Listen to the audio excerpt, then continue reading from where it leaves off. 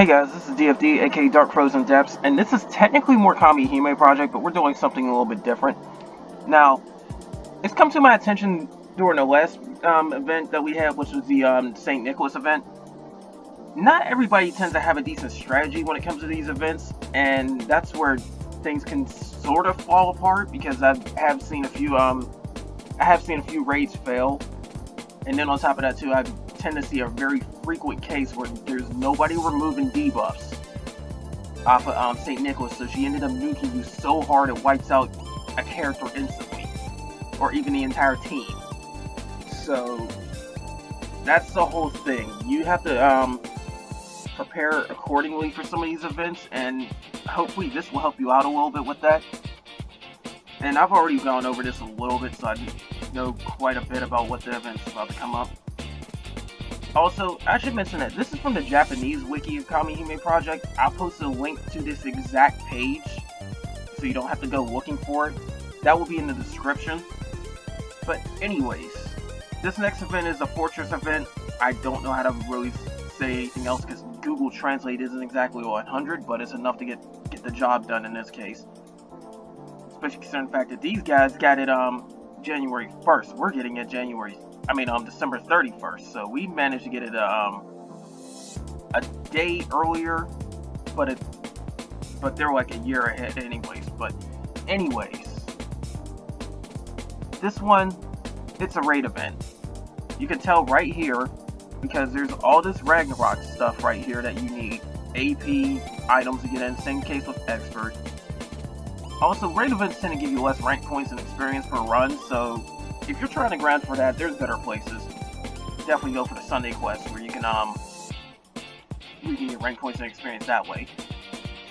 Because that cave gives you a lot of stuff. Gems, experience points, it's pretty good. That you don't have to worry about trying to time it for the gem quest, but that's another thing too. Anyways, you get magic jewels from this too, of course, for each of these. And I would suggest actually doing another step further, especially if you're a free player. But try to grind out as many tickets as you can, because the event gacha, the raid stuff, hands you magic jewels. It's only like 5 jewels per pull, I think. It's either 3 or 5, but you can rack up a lot of them. You can just keep racking them up. So that said, grind out tickets if you're a free player. This is definitely your time to try and rack up on magic jewels. Especially considering the fact that I tend to use a lot of energy seeds during this and barely any AP, because I just racked up tons of them. It's not too hard to get too many energy seeds, so if you want, try to focus all your energy seeds and all that, and only try to start raids if there either is none right there at the time, or you're just trying to get extra souls, because you do have a better chance of getting more souls when you do that. I've gotten 3 double souls from starting a Ragnarok raid before. So yeah, as opposed to maybe 1 if I jumped into somebody else. But speaking of these raids, they do say that there are some very interesting things we have for all of them, including the standard one. This is something that's new for the standard ones as of right now, but we'll get to that in a second.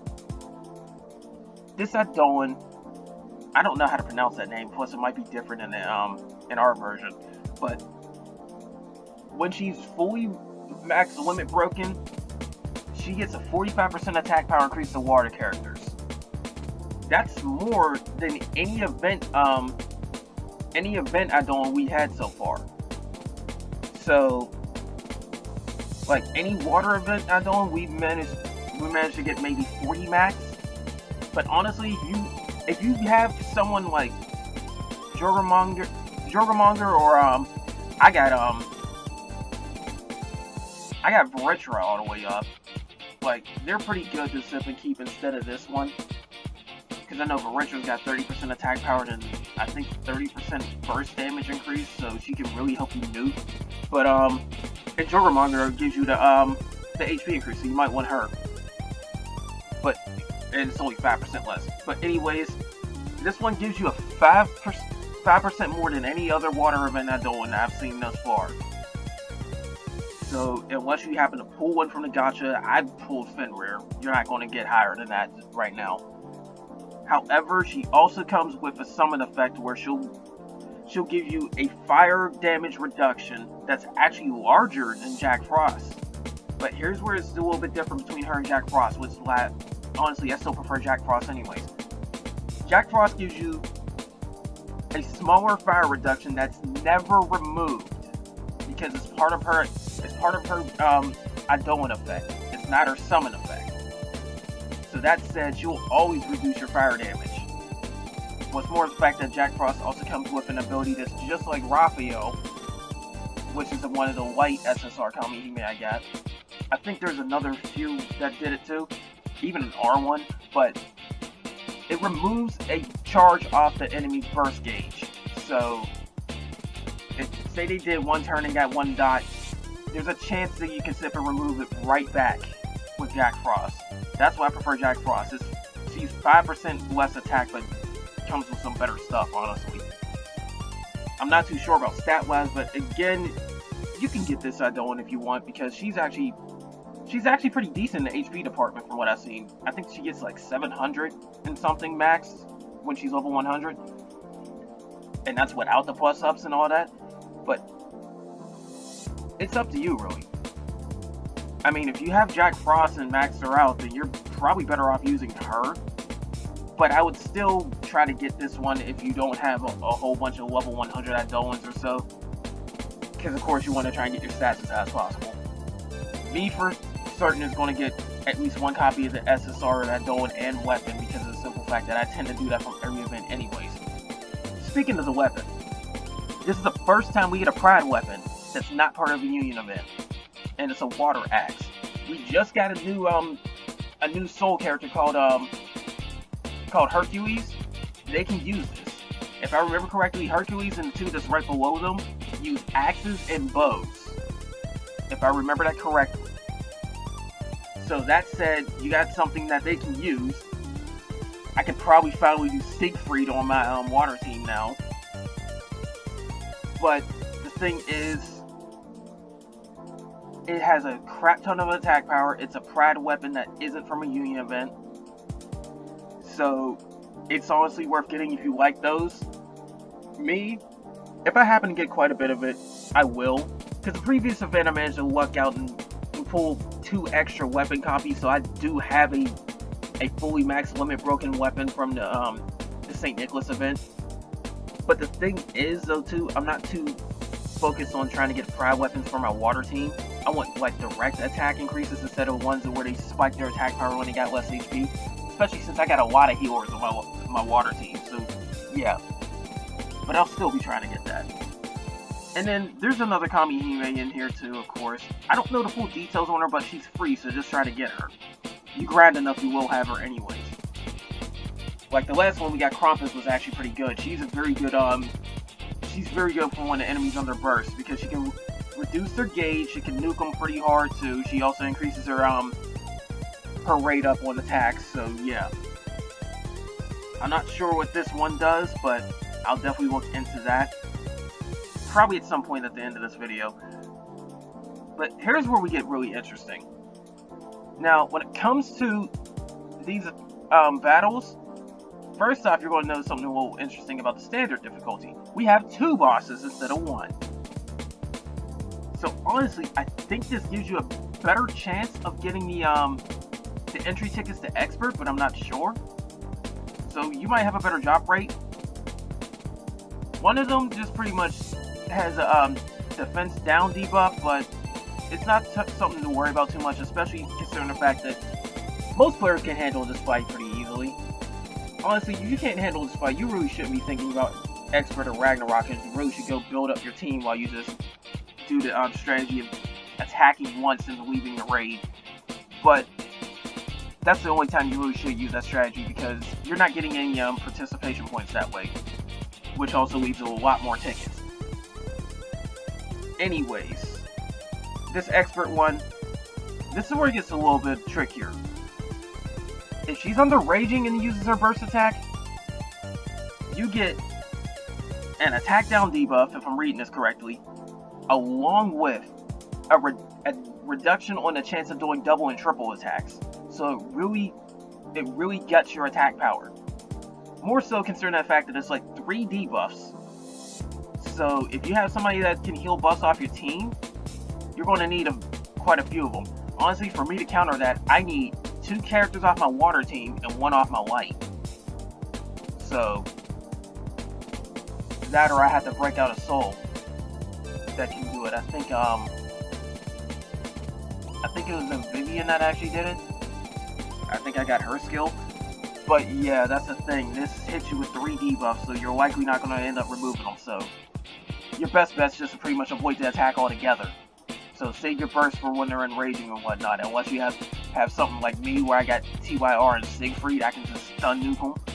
But anyways, get them out of raging as much as possible. And when it comes to the Ragnarok one, this is where it gets extremely tricky, and you have to pay attention to timing, especially if you are using debuffs. Because you'll get hit 4 times with the normal nuke, and she'll remove any debuffs off her. So, that said, I would honestly try to avoid debuffs altogether unless you desperately need to put the attack down on her, and just try to shoot her up to raging charge as much as possible. When she gets in the raging state, you get a little bit of a break there, because all she does is stick a defense up debuff on you. It doesn't look like she does any attacks to deal damage, so you get like a free turn right there. And I would honestly leave that defense up debuff on there, and that defense up buff on her, I would leave it there until you have to burst her. Now when you want to burst, you need to do as much damage as possible. So that's when you might need something like Chaos Magic from Cassiopeia, or any Kamihime that can remove effects like that. And set up and remove it, then burst them, and then just leave it from that point on. Like, that's the thing. You want to try to, you just don't want to worry about keep on removing that, especially considering the fact of how raids work. If it triggers off of one character, like one person's party, and then you do it again, it's just going to re-trigger anyway. So just try to save it right before your turn and try to quickly get your burst, and then hopefully you'll get more damage out of it. Especially since you only get 2 turns, 3 if you actually use the debuff from Mordred. But like I said, she can remove all debuffs, so you want to save them until she goes into raging anyway. But yeah, this even gives a little bit more strategy about stuff too. Like, I noticed a lot of people have Romuel. She's not too hard to pull apparently, but she can help you with the burst gauge accumulation on expert, because you might get hit with the continuous attack debuffs. And then Ragnarok, they said the same thing I suggest, like remove the defense up where you want to burst, but personally you're better off just sitting up raising up your burst attack and all that too, when you don't need to do a full burst. And then they also give you a lot of stuff about the event gacha right here. Like, you get normal stuff, you get the magic jewels, you get gems. This is also a good time to try and farm gems too. You can get the various dragon claws things and whatnot. Energy seeds, I tend to get like so many of them. I'm sitting on over 430 now. But you get a lot of different good stuff here. Chances for the SSR and the SR stuff as well. This is also good for upgrade materials too. I've seen them pull pretty frequently, so you might want to try to get those as well. And then they got the full list of all the stuff. Let's just get to the point. If you're trying to grind for everything, you need the same as before: 200 Divine Souls, 100 Devil Souls, and you're going to need 3 million participation points. That's just to get to the basics of all of that. So, yeah, that's where it'll get a little bit tricky. Because I managed to get like 1.6 million in the last event, and I didn't even touch it for half of the event either. Because farming on Ragnarok tends to give you a lot more participation points than any of the other ones, as long as you can stay alive. But the thing with that is the fact that it's tricky, because you still need to withstand the heightened damage. And then the enemies clearly got more HP. I mean, looking at this, she has over 11 million, I think. And it's going to feel like more with the defense up. So, yeah. It's clear. like, the way they do these is clearly intended for more than one person to take them on. That's until you're able to sip and take on content that we're going to get way later down the line, where enemies actually, like bosses actually do start having that much HP. You might have already felt it a little bit if you actually tried to take on the rank 4 accessory quest. But anyways, there's that. And I'm going to try and dig up the info on this one.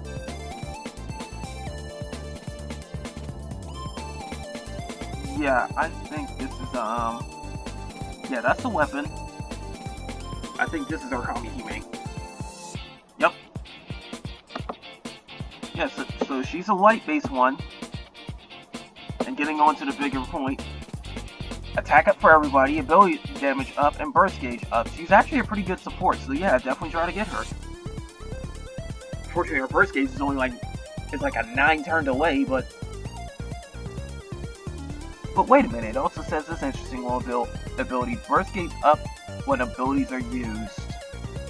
So wait a minute, if that said, if anybody uses it, then everybody's burst gauge goes up by 5. If anybody uses an ability.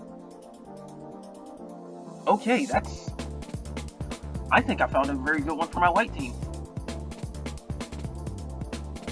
Yeah, let me confirm that.